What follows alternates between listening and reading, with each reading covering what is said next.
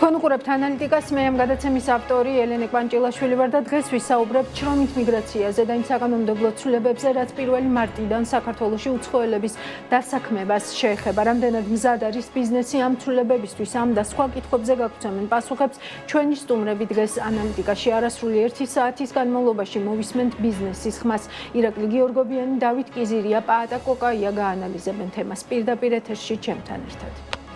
Გაჩეხება სტატისტიკას, უშუალოდ ბინადრობის ნებართვის მიმართულებით. რუსეთის ფედერაციის მოქალაქეები არიან 29.9%, 32,129 ადამიანი. აქ მინდა დავაზუსტო, რომ მათი დიდი ნაწილი არიან საქართველოს ყოფილი მოქალაქეები და ქართული გვარის მქონე პირები. ჩვენ ჩავხედეთ სტატისტიკას, საზღვრისკვეთის სტატისტიკას. და გავარკვიეთ, რომ ეს მაჩვენებელი არის დაახლოებით 30%.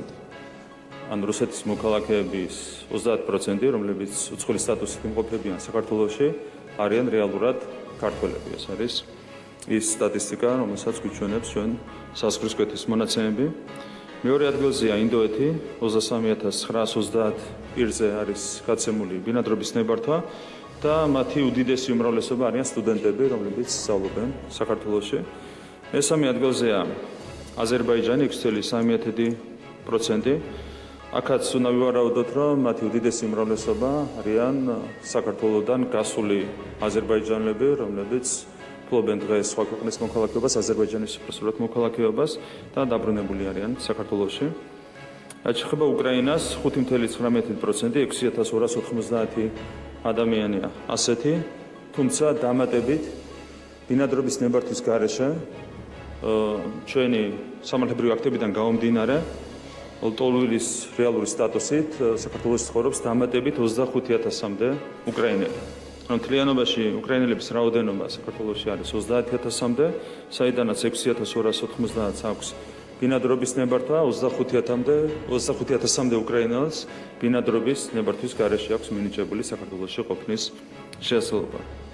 სომხეთი 4,8%, 5,000-ზე მეტი ადამიანია, აქაც ჩვენი ვარაუდით ესენი არიან ადამიანები, რომლებიც გავიდნენ საქართველოდან, მიიღეს სომხეთის მოქალაქეობა, შემდეგ დაბრუნდნენ ისევ საქართველოში. ბელარუსის 3,738 პირს აქვს მინიჭებული ბინადრობის ნებართვა. თურქეთი არის 3,4%, 3,645 პირი. ირანის 3,1%, 3,331 ირანის მოქალაქეს აქვს მინიჭებული საქართველოში ბინადრობის ნებართვა. სუდანი 2%, ესენი არიან მთლიანად სტუდენტები, რომლებიც სამედიცინო მიმართულებით სწავლობენ საქართველოში.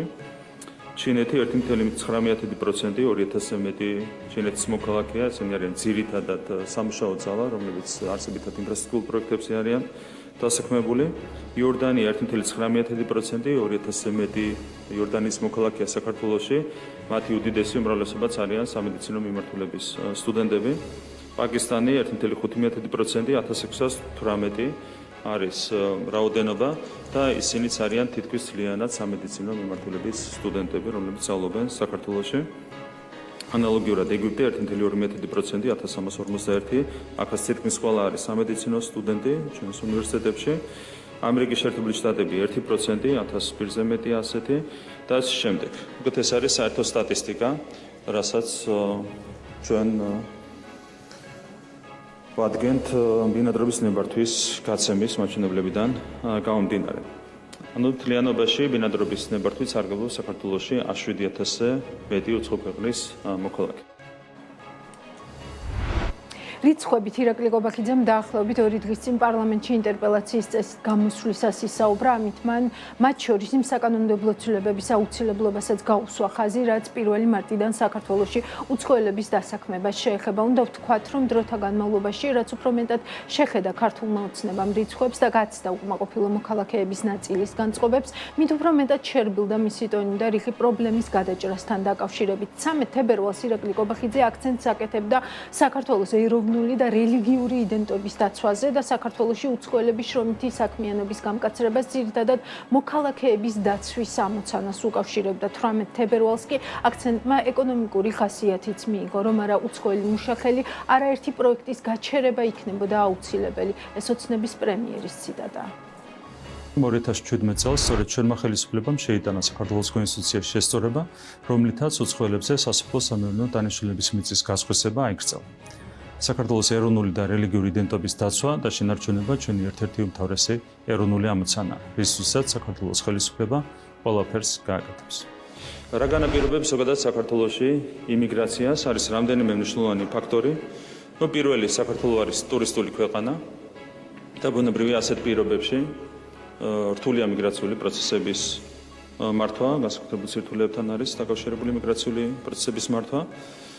თქვენ მოგეხსენებათ, რომ განათლების სისტემა არის ასევე გახსნილი უცხოელებისთვის და საქართველოში დღეს სწავლობს 37,000 უცხოელი სტუდენტი. მესამე მნიშვნელოვანი ფაქტორი ეს არის შრომითი მიგრაცია. საქართველოში ძალიან ბევრი მიმართულებით არის სამუშაო ძალის სერიოზული დეფიციტი. და რომ არა უცხოელი მუშახელი არაერთი პროექტის გაჩერება იქნებოდა აუცილებელი. გამომდინარე იქიდან, რომ ბაზარზე არ არის ქართული მუშახელი, რომელიც შესაბამის სფეროში იქნებოდა დასაქმებული, ასეთი ინტერესი არ არის. ასე თუ ისე 1 მარტიდან ბიზნეს ახალწესებთან მორგება მოუწევს თუ უნდა რომ უცხოელი დაასაქმოს. ვიდეომ სპეციალური გზამკვლევიც მოამზადა, რომელიც ჩვენს ვებგვერდზე bm.gz-ია ხელმისაწვდომი და მოკლედ და ძალიან სასარგებლოდ ხსნის ყველა საკვანძო საკითხს, რაც შეიძლება უკავშირდებოდეს ამ ახალ რეგულაციებს. აქაც გრძელდება კონტროლის ის ხაზი, რასაც ოცნების მთავრობა ბოლო პერიოდში მიღებული კანონების უმრავლესობაში ატარებს, იქნება ეს გრანტების შესახებ კანონი თუ სხვა, რომ აუცილებელია ნებართვის აღება. ამ შემთხვევაში შრომითი საქმიანობის ნებართვას გასცემს საქართველოს ოკუპირებული ტერიტორიებიდან დევნილთა შრომის ჯანმრთელობისა და სოციალური დაცვის სამინისტრო. შრომით იმიგრანტთან შრომის ხელშეკრულების გაფორმების შემდგომ ადგილობრივი დამსაქმებლის ან თვითდასაქმებული უცხოელის მიერ შესაბამისი განცხადების წარდგენის შედეგად. ჯერჯერობით არ არის დადგენილი თუ რა იქნება შრომითი საქმიანობის ნებართვის გაცემის ზუსტი ღირებულება, თუმცა შრომითი მიგრაციის კანონში შეტანილი ცვლილებების მიხედვით შრომითი საქმიანობის უფლების გაცემის მომსახურების საფასური, მათ შორის ამ უფლების დაჩქარებული ადმინისტრაციული წესით გაცემის შემთხვევაში განისაზღვრება არა უმეტეს 500 ლარის ოდენობით. ვიდეო საინფორმაციო გზამკვლევი გამოყოფს იმ პრობლემურ საკითხებსაც, რომლებიც ცვლილებების მიღების შედეგად გამოიკვეთა. მათ შორის ერთი ასეთი საკითხია ცვლილებებით გათვალისწინებული გასაჩივრების მექანიზმიც შრომითი საქმიანობის უფლების გაცემაზე უარის შემთხვევაში. კერძოდ, საჩივარი არ აჩერებს უცხოელის დეპორტაციას ან მისი გაძევების გადაწყვეტილებას. გამოდის მიუხედავად იმისა, რომ კანონი უცხოელს აძლევს შესაძლებლობას გაასაჩივროს სამინისტროს გადაწყვეტილება, თუ იგი ვერ მოიპოვებს შრომითი საქმიანობის უფლებას ან ვიზას ან ბინადრობის ნებართვას, ის მაინც იძულებული იქნება დატოვოს ქვეყანა, მიუხედავად იმისა, რომ მიმდინარეობს მისი საჩივრის განხილვა და შესაძლოა სხვა გადაწყვეტილებაც იყოს ბოლოს მიღებული. რამდენად მზად არის ბიზნესი 1 მარტისთვის, მაშინ როცა კანონში შესული ცვლილებებით ჯერჯერობით არ არის დადგენილი შრომითი საქმიანობის ნებართვის მიღებისთვის განცხადების წარდგენის კონკრეტული ვადები, წესი, ასევე ის ინფორმაცია და დოკუმენტაცია, რომელიც უნდა იქნას წარდგენილი ნებართვის მისაღებად. რა ველი რჩება ბიზნესს, რაც შეიძლება მეტად იყოს გათვალისწინებული მისი ხმა სტუმრებთან ერთად გავაგრძელებთ მსჯელობას. პირდაპირ ეთერში ირაკლი გიორგობიანი, დავით კიზილია, პაატა კოკაია არიან ჩემთან ერთად სტუდიაში. მოგესალმებით და ძალიან დიდი მადლობა თქვენი დროისთვის. შესავლის სახით სამივესთან მექნება თუ შეიძლება კითხვა და თანმიმდევრობით წავყვეთ პასუხებს. აი რა რჩება პრობლემური თქვენი მიმართულებით, ესე ვთქვათ, ამ ცვლილებებში, რომლებიც შესულია თუ შედის, ესე ვთქვათ, შრომითი მიგრაციის შესახებ კანონში. ბატონო, თქვენ კი ბატონო, დავიწყოთ ახლა ყველაზე მეტად სად არიან წარმოუდგენელი უცხოელი მიგრანტები. ეს არის დეველოპერული ბიზნესი, ეს არის ხორეკას ბიზნესი და საკურიერო ბიზნესი. საკურიერო ბიზნესში ჩვენ წარმოდგენილები არ ვართ და იმაზე ვერ ვისაუბრებ, რაც შეეხება დეველოპერულ ბიზნესს. აქ კვალიფიციური მუშახელი ნაკლებად არის, აქ იყო რეალურად საუბარი, მხოლოდ არაკვალიფიციური მუშაზე, რომელიც ნაგავი უნდა გაიტანოს, ან მეტლახი მიაწოდოს, ან კაფელი მიაწოდოს. იყო დაახლოებით ახლა ყველას სადგივარს ვიტყვი 70 ლარი იყო დღეში, მათი გადასახადი გახდა 80 ლარი და 70 ლარზე ფაქტიურად ვერ შოულობდით, ეს 80 ლარი გახდა და ყოველი დამატებითი საათი ნაზღაურდება, შაბათი ცალკე უნდა უნაზღაურო და დაახლოებით 2000 ლარი გამოდის ამის ხელფასი და მის მერე რაც ეს თანხა გაიზარდა და ჩამოყალიბდა 2000 ლარი უკვე ამ კონკრეტული მუშების დეფიციტი აღარ არის. რაც შეეხება ჰორეკა სექტორს ჩვენ სასტუმროები საქართველოს თითქმის ყველა კუთხეში გვაქვს.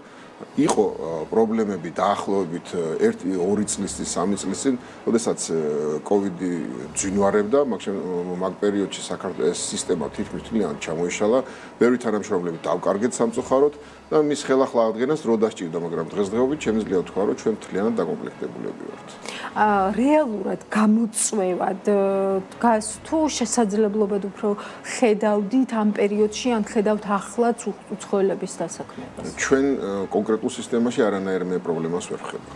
არანაირ პრობლემას ვერ ვხედავ. მე პირადად მეც ესე ვფიქრობ, რომ ჩვენი ბაზარი უნდა დავიცვათ და ქართველი არ უნდა გაბროდეს საზღვარგარეთ და ქართველის ადგილს არ უნდა ეკავებდეს, თქვათ, მეორე და მესამე ხარისხო ქვეყნიდან ჩამოსული სტუდენტი იქნება თუ უკანონო მიგრანტი. მე ვფიქრობ, უნდა დავიცვათ პირიქით ბაზარი. კი ბატონო, დაგიბრუნდებით ამ აქცენტის გაშლისთვის.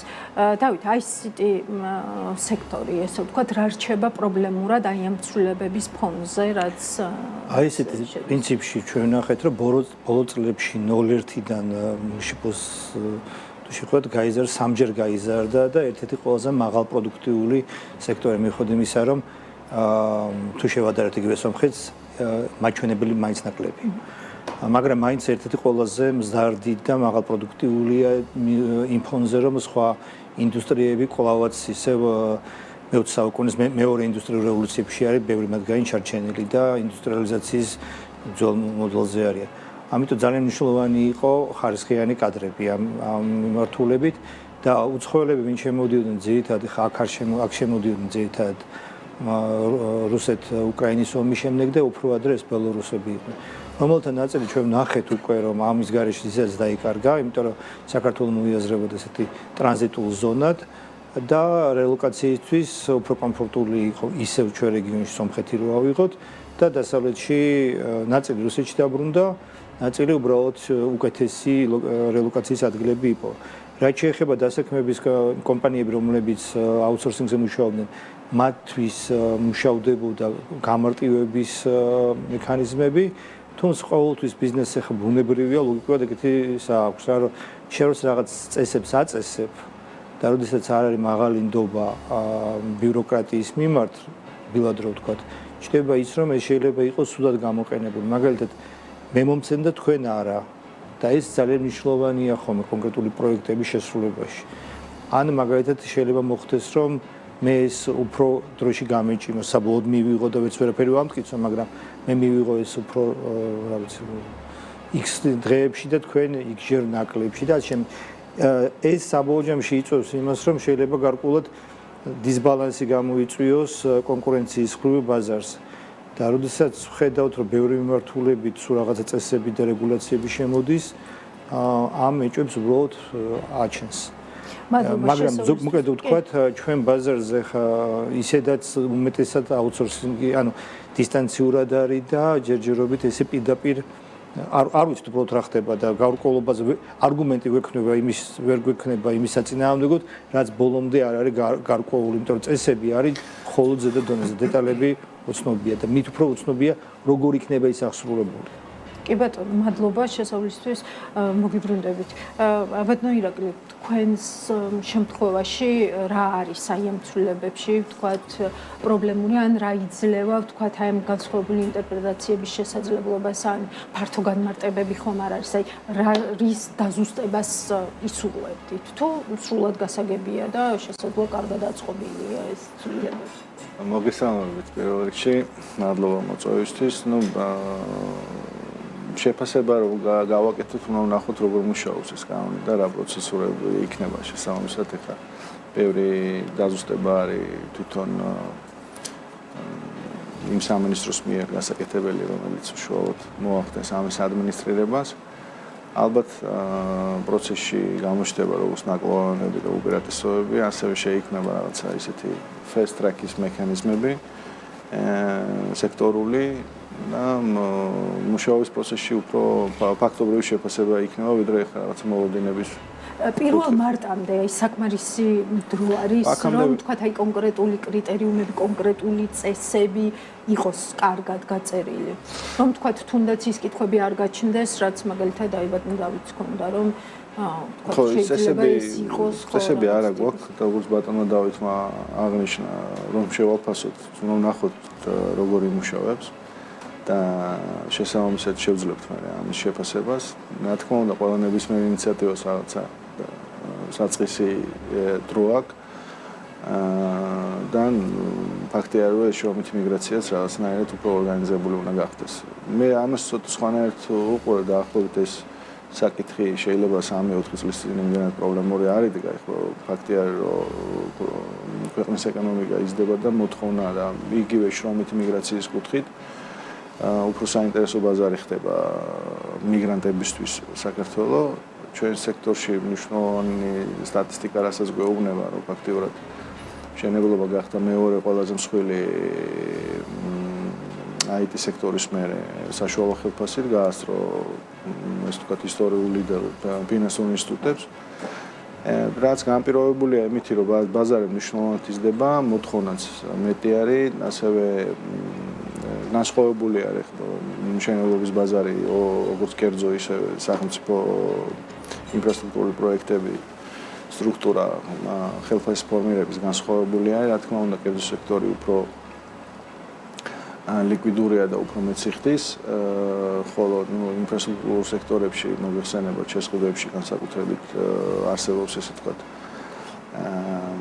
სახელმწიფო ზღვრები, რაც თავის მხრივ სამშენებლო კომპანიებს გარკვეულ ზედაზღვარს უწესებდა ამ შემთხვევაში სახელმწიფო ტენდერებში ისე მოქნილი არ არის სამშენებლო კომპანია, რომ გაუწიოს პირობითად კონკურენცია კერძო სექტორში მოღვაწე სამშენებლო კომპანიებს, ეს გამოწვევები არის. თუმცა ეს თვითონ ბაზრის ზრდიდან გამომდინარე არის და ვფიქრობ, რომ რეგულაცია, მithumetes მიგრაცია ის ყურადღება არის საჭირო, მოგეხსენებათ, რომ დასავლური ეკონომიკისთვის ერთ-ერთი ყველაზე მნიშვნელოვანი გამოწვევა რჩება და ვნახოთ.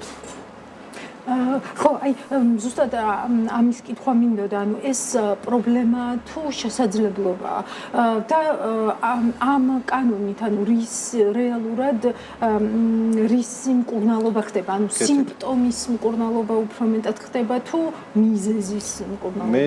მე პირადად ესე უყურებ ამ ყველაფერს, რომ მას მერე რაც ქვეყანა მიმზიდველი გახდა შრომითი მიგრაციისთვის. ეს პრობლემა ჩვენ არ ქონა 5 წლის წინ პირობითად ვიძახი. ნებისმიერი მიგრაცია, ვფიქრობ, რომ ამ შემთხვევაში როგორც სახელმწიფოებრივად ორგანიზებული უნდა იყოს. ხო, აი აქ არგუმენტი არის, რომ თქვათ ჩვენს ქვეყანაში შემოდიან, თქვათ ისეთი ტიპის შრომითი მიგრანტები, რომლებიც ესე ვთქვათ იაფი მუშახელი არის და რომლებიც ძირითადად თქვათ აქ არ შემოაქვთ რაღაც დამატებული ღირებულება, არ შემოაქვთ სამეცნიერო ცოდნა, ანუ ძირითადად ესე ვთქვათ რაღაც მარტივ საქმეებში ართმევენ ქართველებს, ესე ვთქვათ სამუშაოს. ასე უყურებთ თქვენ ბაზარზე, ესე ვთქვათ, მიგრანტების მშენებლობაში მნიშვნელოვანი არის პროდუქტიულობა დროში. რა თქმა უნდა, და ნუ არა მარტო მშენებლობაში ზოგადად ჩვენ თუ ნახავთ სტატისტიკურ ციფრებს, რომელსაც სტატისტიკა აქვეყნებს, დაახლოებით 2020-2024 წელში თვითონ მშენებლობის სექტორი თითქმის ორჯერ არის გაზრდილი. ასევე თუ ნახავთ დასაქმებული ადამიანების რაოდენობას ამ სექტორში, ნახავთ, რომ წრფივი არანაირი ზრდა არ არის. ეს მიანიშნებს იმაზე, რომ აქ ორჯერ გაიზარდა პროდუქტიულობა, მე მგონი, რომ არა. შესაბამისად შეიძლება იყოს აქ მიგრაციის წვლილი მნიშვნელოვანი. და ფაქტიურად ეს მექანიზმი ჩემი შეფასებით უზრუნველყოფს იმას, რომ სახელმწიფოსთან ამ შემთხვევაში მაშინ მოღვაწე ეკონომიკურ აგენტებსაც გვექნება უფრო მეტად ორგანიზებული დატა და ინფორმაცია იმისთვის, როგორ ხდება და რომელი სექტორები არის. რა თქმა უნდა, შრომითი მიგრაციაში მე პრობლემას ზოგადად ვერ ვხედავ. იმიტომ რომ ჩვენ ისე მცირე ეკონომიკა ვართ და მნიშვნელოვანია რომ სხვა დამატებითი თუ რაღაცა ეფექტურობას მოიტანს ეს შრომით მიგრაცია, რა თქმა უნდა, ეს შესაძლებლობა ხელიდან არ უნდა გაუშვათ. თუმცა ორგანიზებული რომ იყოს, ამაში პრობლემას ვერ ხედავ. კი ბატონო, უღრმესი მადლობა ამ კომენტარებისთვის. მოგეუბნებით. ბატონო დავით, აი ICT სექტორის შემთხვევაში შეგვიძლია რომ იგივე ტიპის არგუმენტი, ასე ვთქვათ, გავავრცელოთ, რომ ვთქვათ, ცოდნის შემომტანი მუშახელიც არ შემოდიოდა საქართველოში? და რაღაც დამატებულ ღირებულებას აი ამ ნაწილში ვთქვათ რაღაც ნოუ-ჰაუს, ვთქვათ აი ცოდნის გადაცემის ნაწილში არ ქმნიდა. მოკლედ ეს დამოკიდებული ინდუსტრიას. თუ ინდუსტრია არის ცოდნატევადი, მაშინ ბუნებრივია ის ასაქმებს კვალიფიციურ კადრებს. თუ ინდუსტრია არის ჩამორჩენილი, მაშინ სჭირდება არაკვალიფიციური კადრები. ახლა IT-ში კვალიფიკაცია მნიშვნელოვანია და ვინ შემოდიოდა სწორედ კვალიფიციური კადრები შემოდიოდნენ და ნებისმიერი კვალიფიკაცია საჭირო იყო ანუ იმ დონის დაზევით რაც აქ იყო ანუ იყო იმაზე მეტი ვიდრე აქ იყო ის კადრები შემოდიოდა და არავის არაფერს არ ათმევდა იმიტომ რომ გლობალური ბაზარი მაშინ დაჟინებით კი აქტიურად ითხოვდა ასე ვთქვათ და არათუ საქართველოს ამეთ გლობალური მიწოდება ვერ აკმაყოფილებდა ამიტომ ეს პრობლემა არ იყო მაგრამ ის რომ აქ გადმოიღვარა ცოდნა და ცოდნის ტრანსფერი მოხდა ესე მაინც არ იყო იმიტომ რომ მაინც ძირითადად ინდივიდუალური ფრილანსერები იყვნენ რომლებიც თავის პროექტებით იყვნენ და თავის პროექტებით შემოვიდნენ თავის პროექტებით გავიდნენ თუმცა ეს დიდი კომპანიები რომლებიც აუთსორსინგზე მუშაობენ იქ რაღაც მეტნაკლებად იქნება community მაგრამ ეს community მაინც არ არის ისე რომ ეხა ძალიან ახდენს გადაღურას ცოდნას ეხა ისევ ამ იმაზე მე დავუბრუნო ანუ კარგად ბოლომდე არ მესმის მოტივი რა არის.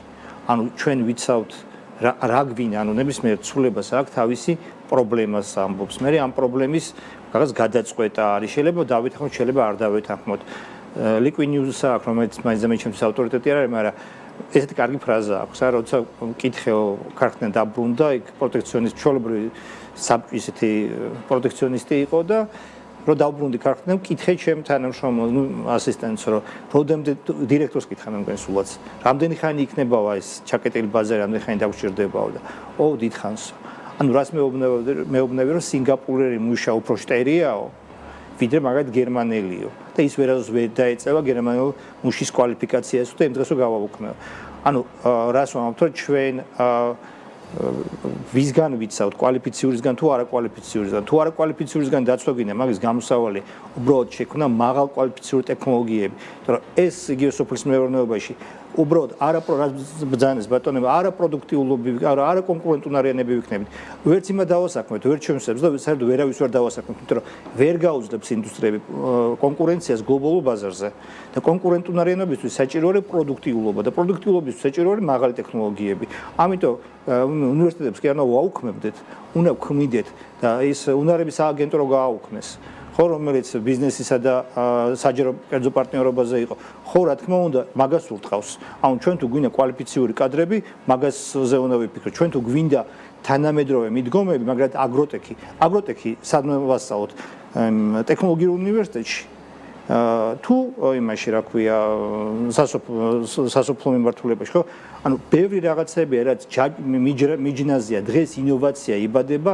დარგთა შორის წერტილებში თანაკვეთაში და ამის გამიჯნა არის აი უბრალოდ ნუ აი რაღაც არ ვიცი რა ტერმინი მოვიფიქრო ამიტომ ჩვენ თუ ვლაპარაკობთ შრომის ბაზრის განვითარებაზე სადაც საქართველოს მოქალაქე იქნება დაცული და წარმატებული ეს ნიშნავს იმას რომ ერთის ხრივ აქვს მას საშუალება აქ დასაქმდეს ჯერ ერთი მიიღოს კვალიფიკაცია და მე აქვე დასაქმდეს. ამიტომ აქ უნდა ხელი შეეწყოს როგორც ერთის ხრივ ამ ინოვაციებს და განათლებას, ასევე ბიზნესებს, რომელიც მაღალ ტექნოლოგიურ თუმცა ეს გრძელვადიანი პროცესია, ხო?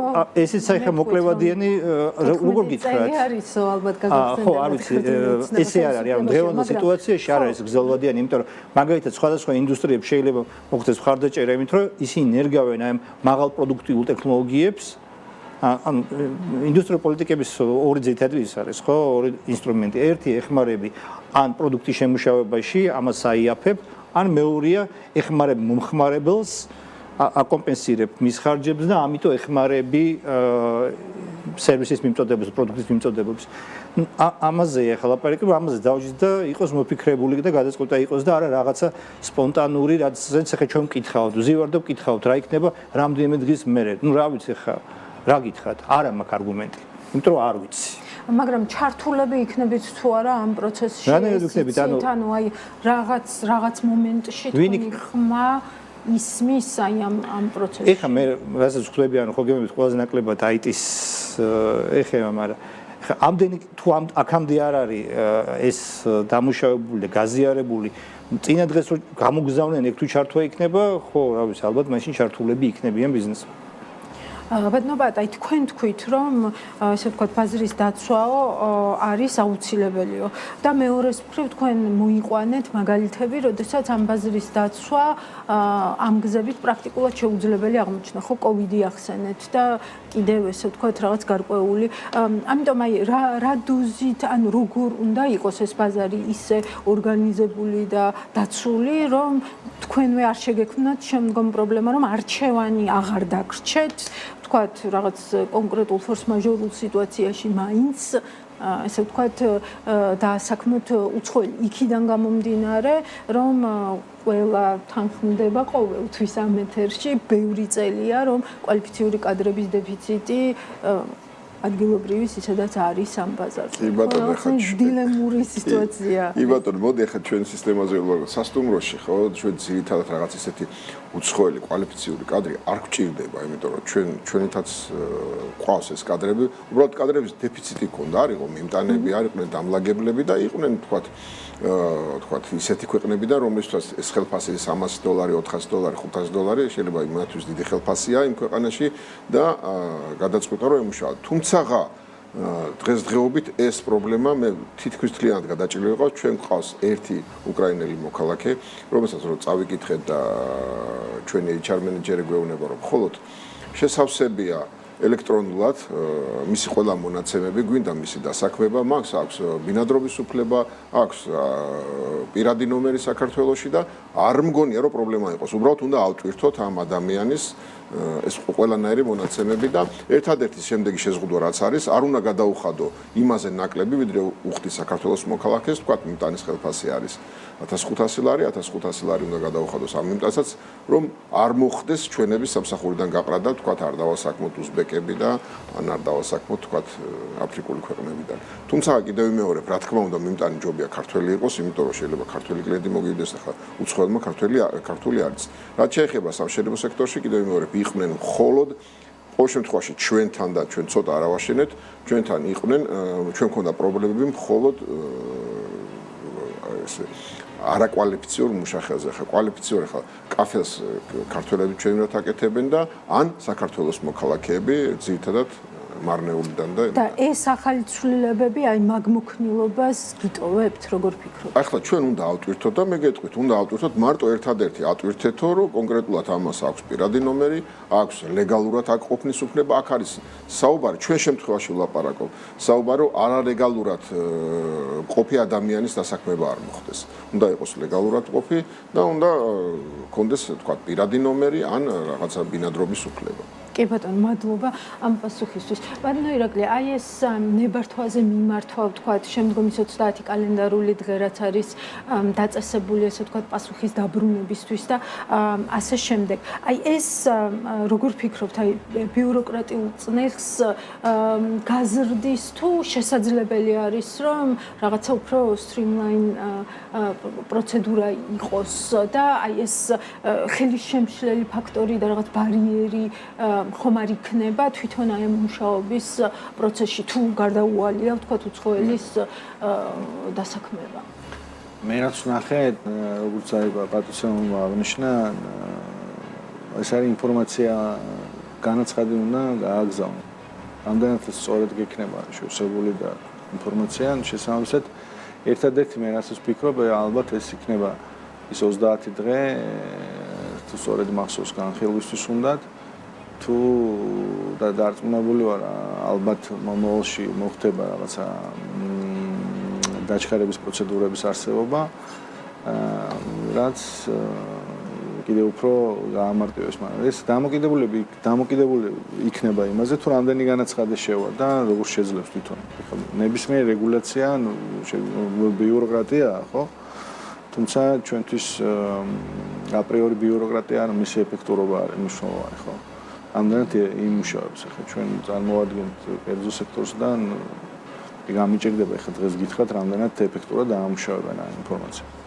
ხა რაც შეეხება ჩვენ სექტორში და რა თქმა უნდა როგორც აღინიშნა ხა მაგიდასთან საუბრისას ყველა ინდუსტრიას და სექტორს თავის სპეციფიკა გააჩნია რა სადღაც ადამიანის მონაწილეობა მაღალია სადღაც ნაკლები ხა მით უმეტეს ხა IT სექტორი როგორც აღინიშნა ყველაზე მაღალ ანაზღაურებადი არის და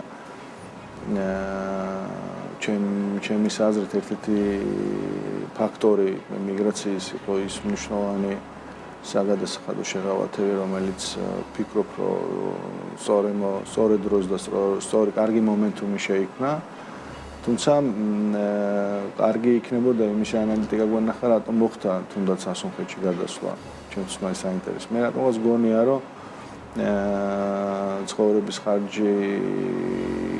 ხარჯის თანაფარდობა ხარისხთან შეიძლება ეგ იყო მიზეზი.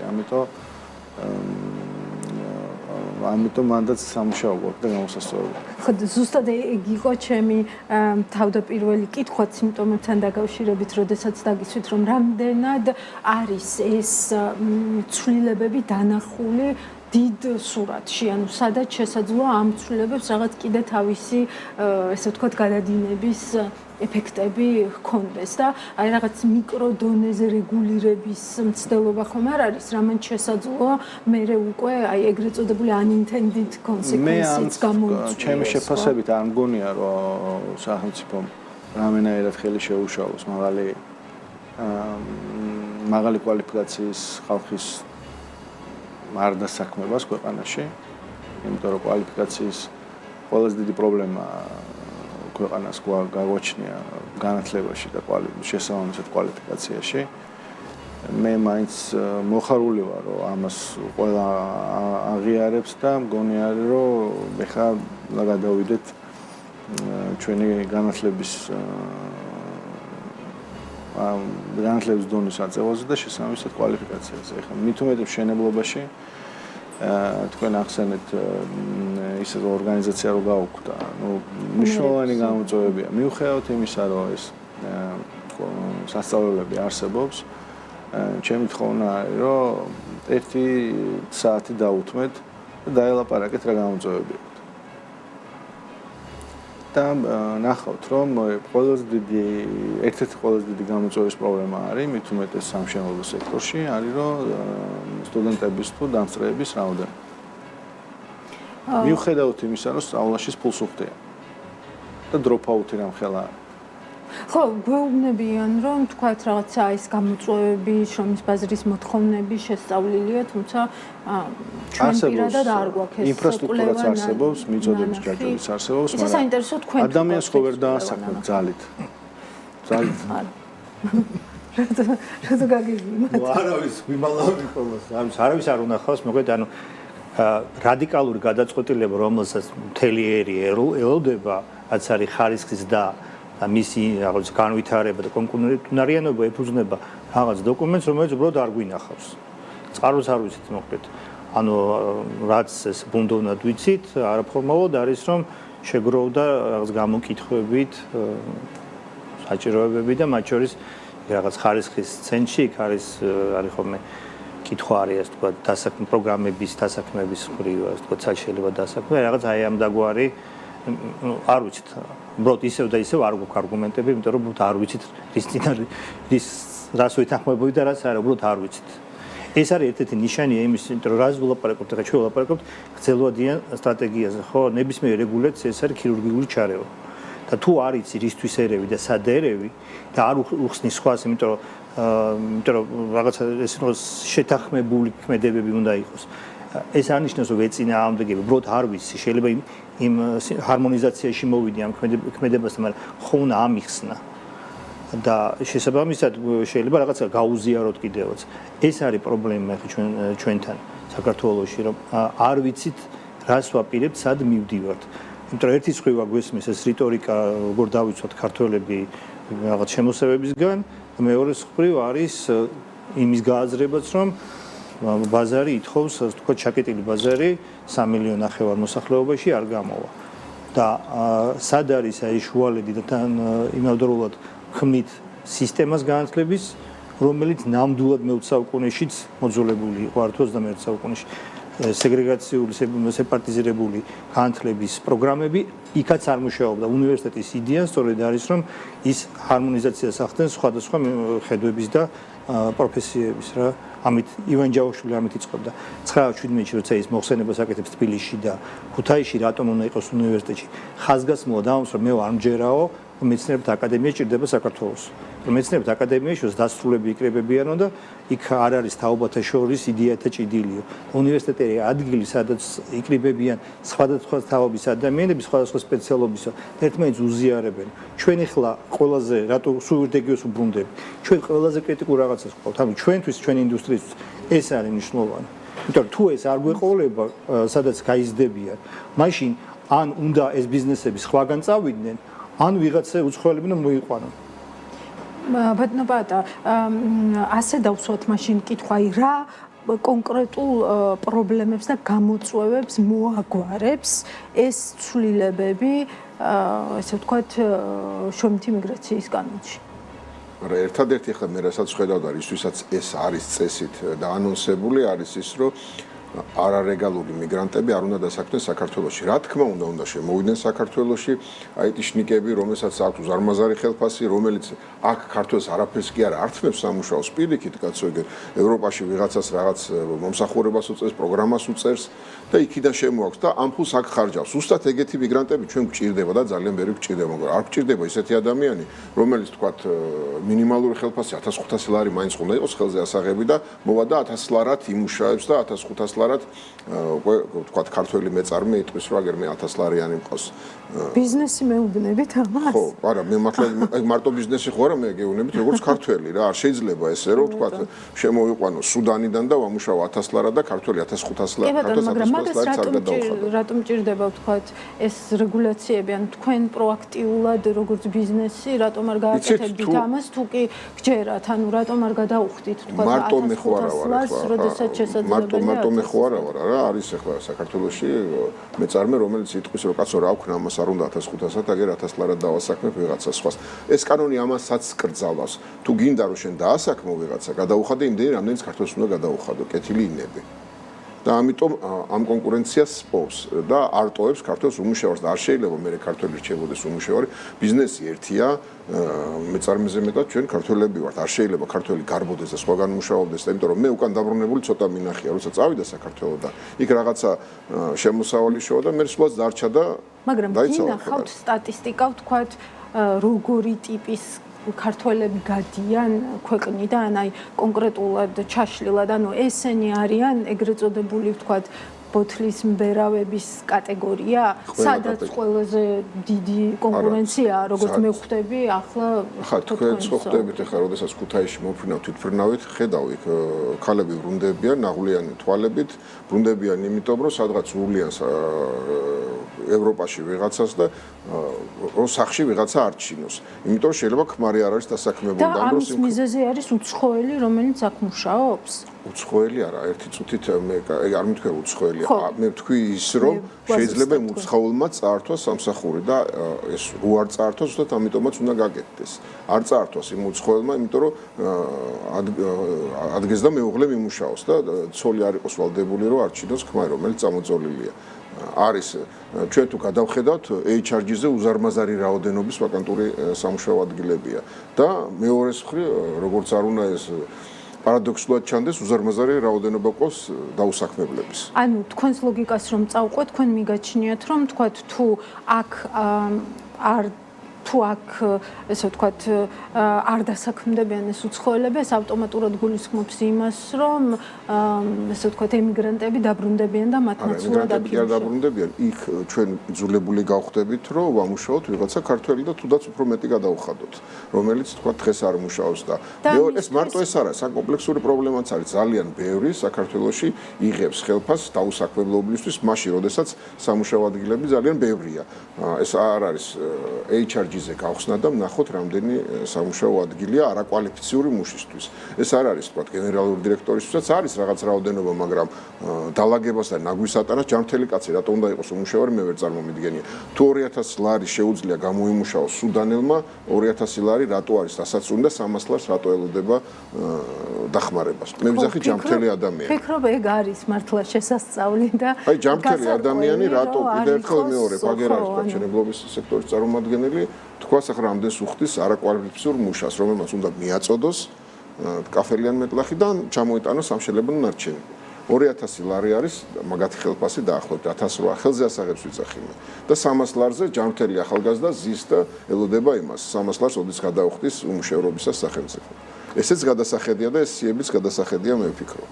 უნდა შესთავაზო ერთხელ, ორჯერ, სამჯერ და თუ არც ერთ სამსახური არ მოიწონა, დასვაშიც არ წავიდა და დაცვაში წასვლას რა უნდა დაცვაში მაინც იმუშაოს. 300 ლარს რატო უნდა ელოდებოდეს ჯანმრთელი? გასაჩივრების მექანიზმი BDO-ს გზამკვლევში არის განხილული როგორც ერთ-ერთი, ესე ვთქვათ, გამოწვევა ამ ეტაპზე, იმიტომ რომ შესაძლოა, ესე ვთქვათ, თქვენ კითხვით, რომ კვალიფიციური მუშახელს იმედი მაქვს, რომ არ შეეხებაო, ესე ვთქვათ, რაღაც პრობლემები არ შეექმნებაო, მაგრამ უნდა იყოს თუ არა ეს გასაჩივრების მექანიზმი კარგად გაწერილი და ზუსტად გაწერილი, რომ რაღაც მომენტში, ვთქვათ, არ შექმნას პრობლემა უცხოური მიგრანტები.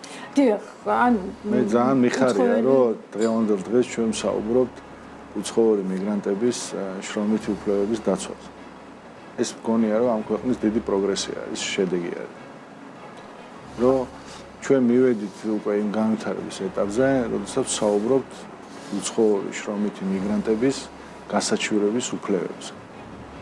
ხო, ოღონდ რა ფორმით, ხომ? ანუ თუ თქვენ ყავთ დასაქმებული, შესაძლოა, ხო, თქვენ დაზარავდეთ ამ შემთხვევაში. მიგრაცია და ან ზოგადად მიგრაცია მე ჩემი შეფასებით ასაც მე ვუყურებ მithumetis დასავლეთი ეკონომიკებისთვის და ქვეყნებისთვის ერთ-ერთი ფაქტია, რომ გამოწვევა და მნიშვნელოვანი გამოწვევა. მათი მიგრაციის პრობლემა, მიგრაციის საჭიროება სხვა გარემოებებით არის, რამე თუ მოსახლეობის კომპოზიცია მასაკობრივი სხვა არის, ჩვენთან განსხვავებული არის. ჩვენთან შრომითი მიგრაციის აქტუალიზაცია გახდა იქიდან გამომდინარე, რომ ქვეყანა დიდდება, ერთსულ მოსახლეზე მთლიანი შედარებით იზრდება, ბიზნესი ცდილობს, რომ მაქსიმალურად იპოვოს გარკვეული ბიზნესები, რა თქმა უნდა, ზოგს აქვს ადამიანური რესურსის რაოდენობრივი პრობლემა, ვიღაცას უნდა რომ დანახარჯი, ასე ვთქვათ,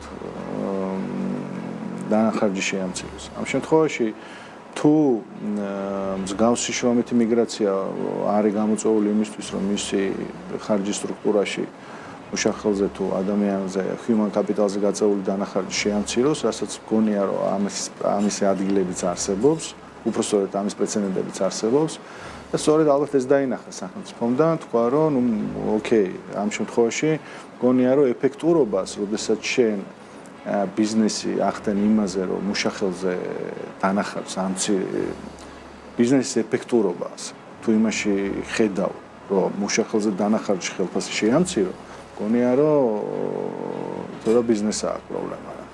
მაგრამ ჩვენ ხომ არ ვისაუბრებთ, თქვათ, მხოლოდ რაღაც მსხვილი შემდგარი ბიზნესის გადმოსახედიდან, ხო, ანუ მცირე და საშუალო ბიზნეს სექტორს, რომელსაც თქვათ, კიდევ გარკვეული პრობლემები აქვს, ხო, თქვათ, კაპიტალზე ხელმისაწვდომობის პრობლემა უდგას, თქვათ, და ასე შემდეგ და ასე შემდეგ, ხო, ბევრი რაზეც, თქვათ, ამ სტუდიაშიც არაერთხელ გვისაუბრია. ანუ ეს სეგმენტი, თქვათ, მე სიმართლე გითხრათ, ჩვენ დღეს ახლა დღევანდელ დღეს საუბრობთ კანონზე, რომელიც არეგულირებს შრომით მიგრაციას, სწორედ მესმის, ხო?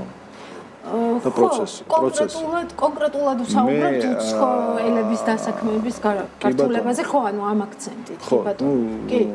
თუ ეს ვსაუბრობთ იმაზე, რომ ორგანიზებული არის გახდა ეს უფრო როგორ მოახდენს ამას ბიუროკრატია ამის მართვას შევაფასებთ ხოლმე მას მე რაც ნახავთ როგორ მართავენ და დანარჩენი კიდევ ერთხელ ვიძახი რა მე მოხარული ვარ რომ ჩვენ დღეს ვჩევლობთ უცხოური მიგრანტების უფლებებს მათ შორის გასაჩივრების და ნუ აუც მე მგონია რომ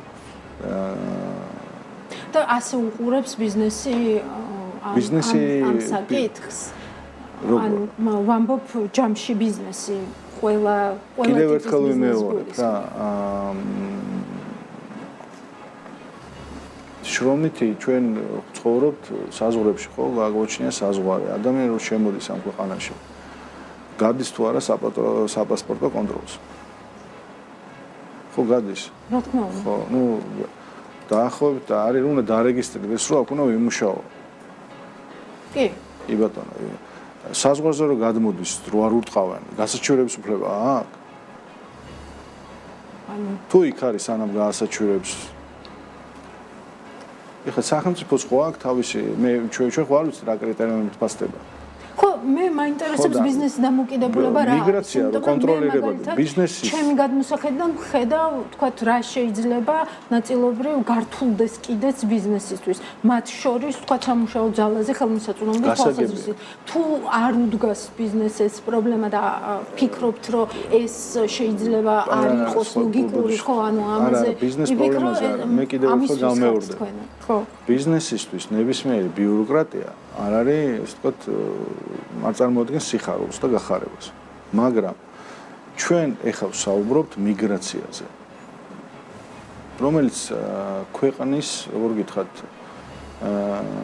რომელიც მათ შორის უსაფრთხოებასთანაც არის დაკავშირებული ხო მეთანხმებით რა თქმა უნდა შესაბამისად მე თუნდაც ბიზნესმა მინდა იქი რა ავიყვანო სამსახურში მიგრანტი ხო ეს ფიქრობ რომ ეს ის ფილტრის საშუალება იქნება სადაც მოხდება შეიძლება მე რა ვიცი პირობითად ვიძახი რაღაცა კრიმინალური წასulis ადამიანი მე რა ვიცი ხო ანუ თუ ყველაფერში ჩვენ დავინახავთ პრობლემებს მაგრამ მე დღეს ბიუროკრატია როგორ იმუშავებს მაგას ვერ შევაფასებ რამე თუ არ მაქვს არანაირი საფუძველი უნდა იყოს თუ არა შრომითი მიგრაცია უნდა იყოს თუ არა შრომითი მიგრაცია ორგანიზებული მე მგონი ესეც არ არის ხო დღეს მსჯელობის საგანი და ჩვენ თუ საბოლოოდ დავდივართ იმაში რომ თუ ამ კანონში პრობლემა არის რომ გასაჩივრების თემა